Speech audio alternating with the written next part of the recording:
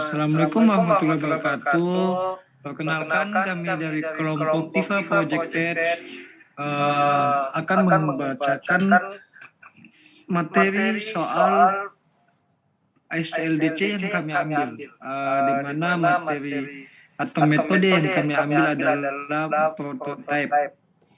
Judul dari materi ini sendiri adalah pengembangan SDLC prototype.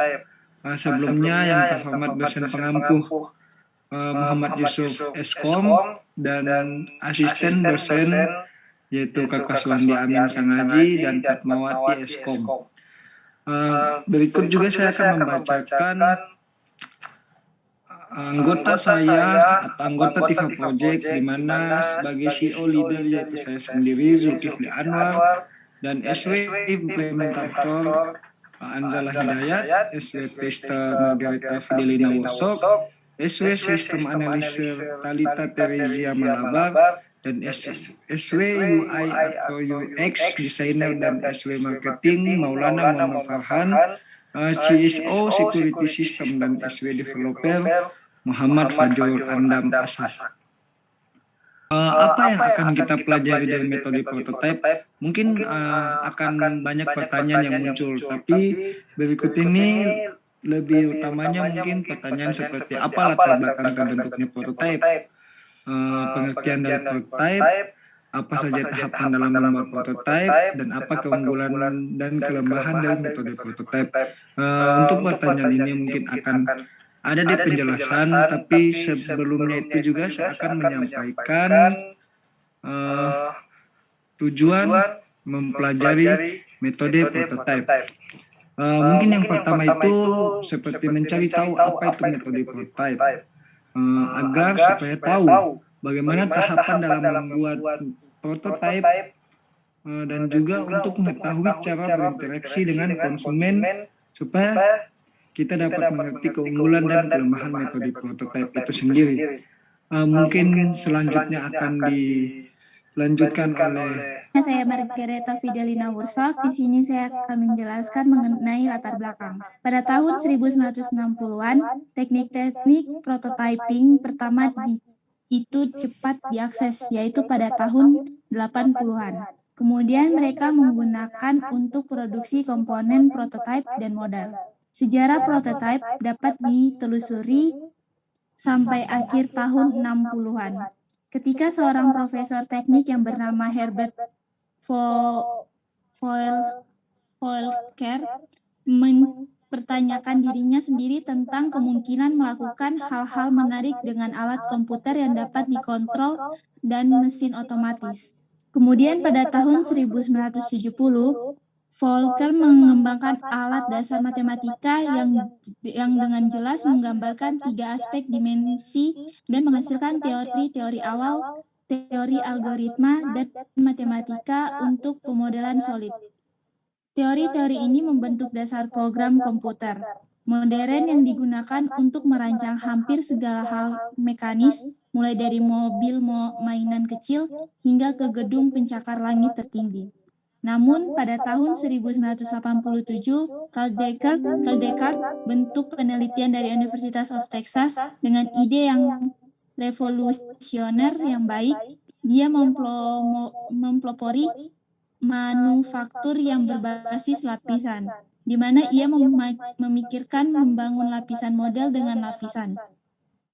Dia dicetak dengan model 3D dengan menggunakan sinar laser. Descartes mengembangkan ide ini menjadi sebuah teknik yang disebut creative laser centering.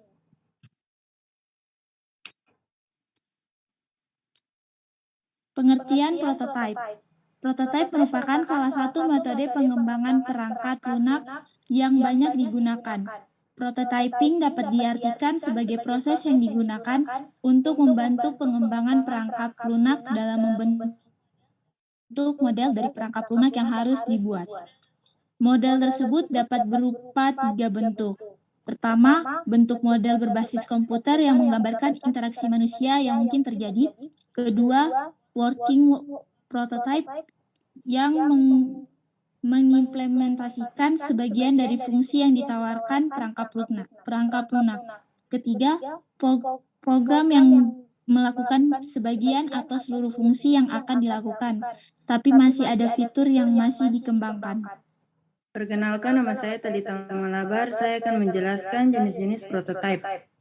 Yang pertama, feasibility prototyping digunakan untuk menguji kelayakan dari teknologi yang akan digunakan untuk sistem informasi yang akan disusun.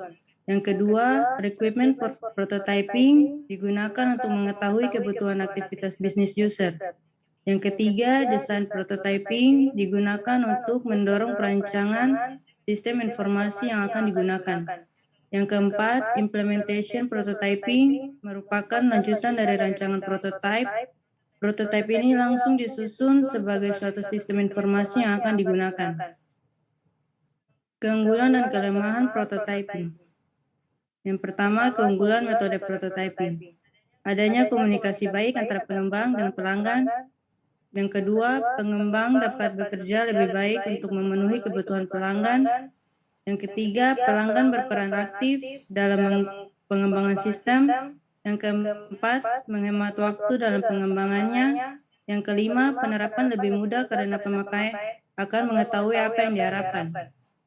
Kelemahan metode prototyping. Yang pertama, kualitas sistem kurang baik karena hanya mengedepankan aspek kenyamanan user. Yang kedua, pengembang kadang-kadang menggunakan implementasi yang sembarangan. Yang ketiga, tidak mencerminkan proses perancangan yang baik. Saya Muhammad Fajrul Namastak. Di sini saya akan membacakan tahapan-tahapan prototyping, yaitu 1.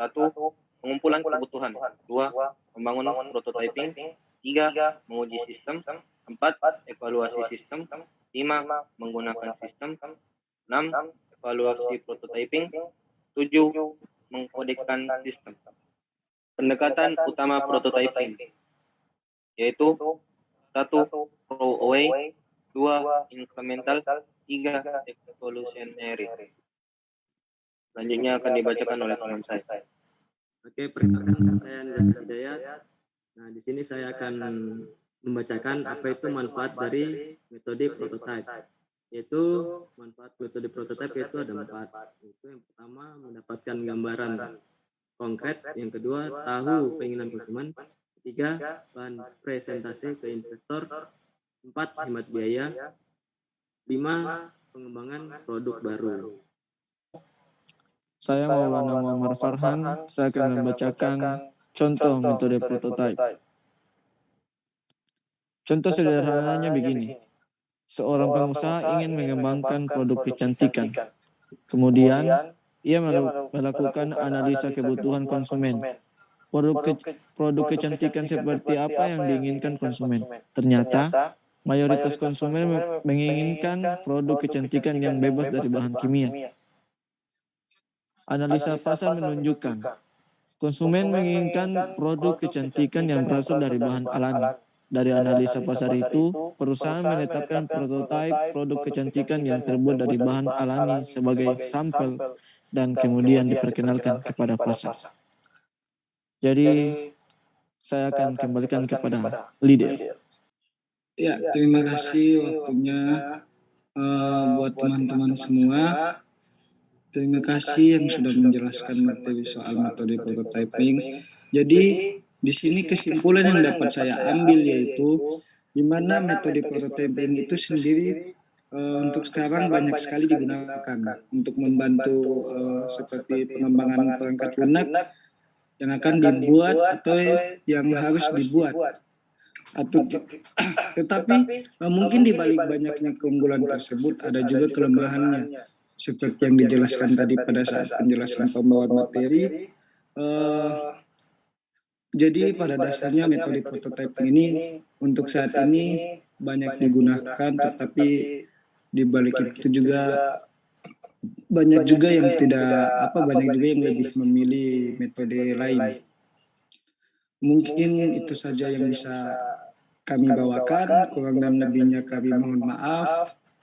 Apabila ada terjadi kesalahan dalam presentasi kami, baik mulai dari perkataan atau penjelasan yang kurang jelas, kami mohon maaf, karena pada dasarnya kesempurnaan itu hanyalah milik Tuhan dan kelemahan itu datang pribadi dari diri kita masing-masing. Untuk dosen dan asisten dosen kami mengucapkan terima kasih. Sekian. Wassalamualaikum warahmatullahi wabarakatuh.